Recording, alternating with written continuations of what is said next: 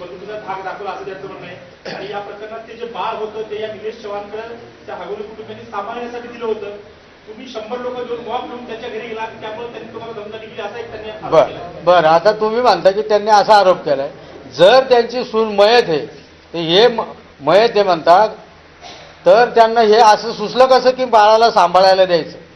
सांभाळायला जर आपली सून मयत झालेली हे सोडून, आणि हा निलेश चव्हाण त्यावेळेला कसा, ज्या वेळेस माझ्या मुलीला मारलं गेलं, मग माझ्या हिशोबाने मी निलेश चव्हाणलाच याच्यात आरोपी म्हणून हे करेल की हा पण त्या कटात सामील होता, निलेश चव्हाण सुद्धा या कटात सामील आहे असं मी ठामपणे सांगतो तुम्हाला. हे जे म्हणतात की बाळाला घेऊन गेला, मग निलेश चव्हाण बाळ होतं, बाळ घराच्या तर बाहेर नव्हतं, वैष्णवीच्या तर जवळच होतं. मग याचा अर्थ काय की हा निलेश चव्हाण वैष्णवीच्या जवळच हे सगळं कुटुंब होतं आणि ह्या कटात हाही सामील आहे असे माझ्या ठाम आरोप आहे त्यांच्यावर. बाळ आणण्यासाठी जेव्हा त्या निलेश चव्हाणच्या घरी गेला होता, ते 100 लोकांचा मॉब घेऊन गेला. बाळ आणण्यासाठी गेला हा माझा भाऊ गेला होता. बाळ आणण्यासाठी माझी मानसिकता नव्हती. ज्या वेळेस बाळ आणायचं, माझ्या मुलीचे मयत झाल्यानंतर तिचे अंत्यविधी चालू झालं. दुसऱ्या दिवशी, अंत्यविधीच्या दुसऱ्या दिवशी माझे दाजी उत्तम बैरट, मोहन कसपटे ह्या आमच्या सगळ्यांची यांची चर्चा झाली. चर्चा झाल्यानंतर उत्तम बैरटांनी करिश्मा आगवलेला सकाळी 7 ते 7:30 वाजता फोनही केलेला आहे. तोही आपण त्या ह्याच्यात शोधून पहा, तोही नंबर मिळेल करिश्माच्या मोबाईलवरती. हे केल्यानंतर त्यांना सांगितलं की आमचं बाळ आमच्याकडे द्या. आमची मुलगी गेली, त्या मुलाईलाही तुम्ही काय करसाल. त्यावेळेस तिने 1 दिवस 2 दिवस काही आणून दिलं नाही.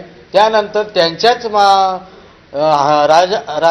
राजेंद्र हगवण्याच्याच सख्या भावानी मोठ्या जयप्रकाश हगवणे यांनी उत्तम बैरट यांना फोन केला आणि फोन करून त्यांनीच सांगितलं की तुमचं बाळाला घेऊन जा.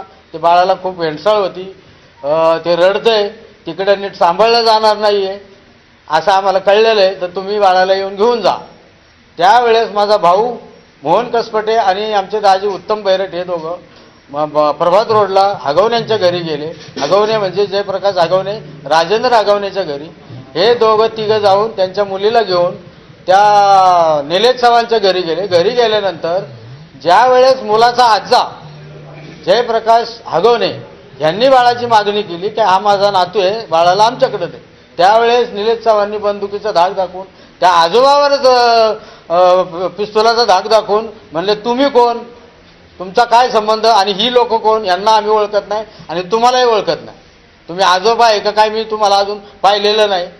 जर ह्या निलेश चव्हाणला त्या मुलाचा आजोबा माहीत नाही आणि हे असं कसं सांगू शकतात की बाळाला मुलाला सांभाळायला दिलं होतं, त्या निलेश चव्हाणकडे सांभाळायला दिलं होतं.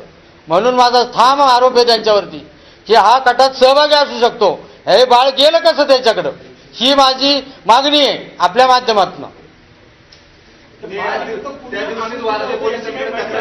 नाही, बाळ आणून दिलं, अज्ञात व्यक्तीने आमच्या भावाला आणून दिलं. एवढंच. आम्ही त्या दिवशी फोनद्वारे